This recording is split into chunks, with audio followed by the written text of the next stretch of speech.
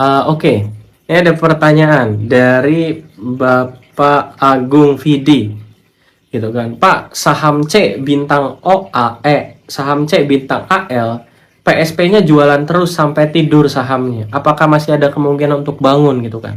Nah, ini terlepas dari saham ini ya. Terlepas dari saham C bintang AL ini, untuk semua saham berlaku gitu ya. Kalau menurut saya, kita pakai logika dasar aja. Kalau pengendali kan berarti yang punya perusahaan itu, yang berkendali atas perusahaan itu, punya kuasa atas perusahaan itu. Kalau yang punya kuasa atas perusahaan itu aja jual sahamnya ke publik, gitu kan, berarti kan dia tidak yakin dengan perusahaannya sendiri. Terus kenapa kita sebagai investor publik harus yakin? Gitu kan? Kenapa kita sebagai investor publik harus yakin?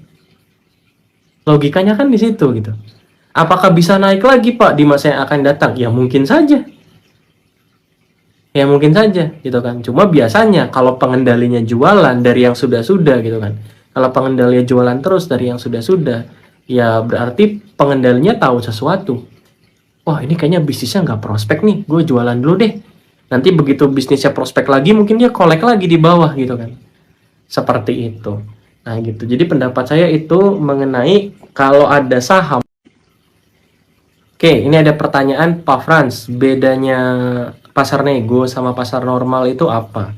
Nah, mungkin maksudnya pasar normal itu pasar reguler ya. Jadi, bagi yang nggak tahu, di market kita itu ada 3 pasar.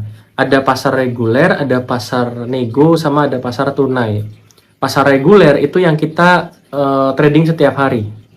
Pasar nego itu transaksinya harus terjadi dengan kesepakatan antara buyer dan seller. Kesepakatannya itu bukan kesepakatan di bid offer, tapi kesepakatannya adalah kesepakatan di balik layarnya. Oke, gue setuju jual ke lu harga sekian, harga sekian. Nah, nanti kita bahas lebih dalamnya ini. Yang ketiga adalah pasar tunai. Pasar tunai ini kita harus pakai uang T plus 0.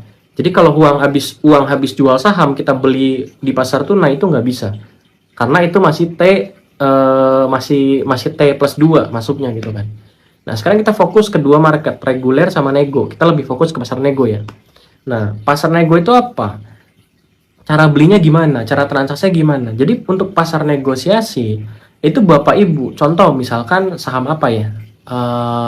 Misalkan saham taksi misalkan. Saham taksi di harga 4 ada offer nih. Ada offer 1 juta lot. Misalkan ya. Misalkan ada offer 1 juta lot. Terus kita beli input gitu. Taksi nego, saya beli 1 juta lot harga 4 gitu. Apakah match? Nggak akan match. Kenapa nggak akan match? Ya karena kalau pasar nego kita harus berhubungan dulu sama yang pasang order jual atau belinya. Contoh di kasus taksi tadi, contoh ini saya belajar dari pengalaman sendiri ya. Contoh di saham taksi di harga 4 ada broker YJ itu Lotus misalkan, yang pasang jual saham taksi di harga 4 di pasar nego. Kalau saya mau beli, saya nggak bisa langsung HK offernya, nggak bisa. Apa yang saya lakukan? Yang saya lakukan adalah saya telepon brokernya. Saya telepon sekuritasnya. Boleh tolong sambungin ke dealernya. Saya mau tanya, ini barang nego taksi 1 juta lot, udah ada bayarnya atau belum? Kalau belum ada bayarnya, saya berminat. Gitu kan. Oh, nanti dari dealernya, oh Pak, ini belum ada bayarnya Pak, Bapak berminat. Nah, nanti masing-masing isi formulir. Bayarnya isi formulir, saya isi formulir, yang masang order di YJ juga isi formulir. Baru terjadi transaksi negosiasi atau transaksi pasar nego, gitu kan. Tapi Pak, saya ada pengalaman nih Pak, saya nggak harus telepon-telepon Pak, saya cukup pasang order. Nah biasanya kalau satu sekuritas itu nggak perlu isi-isi formulir biasanya. Kalau sesama sekuritas ya, contoh misalkan yang jualan di YJ, yang beli dari YJ juga. Nah biasanya nggak pakai form biasanya ya. Tapi sekarang kan kita nggak tahu, mungkin aturan lebih ketat gitu kan. Tapi itulah cara beli saham di pasar negosiasi. Jadi kita nggak bisa langsung HK sikat nggak bisa.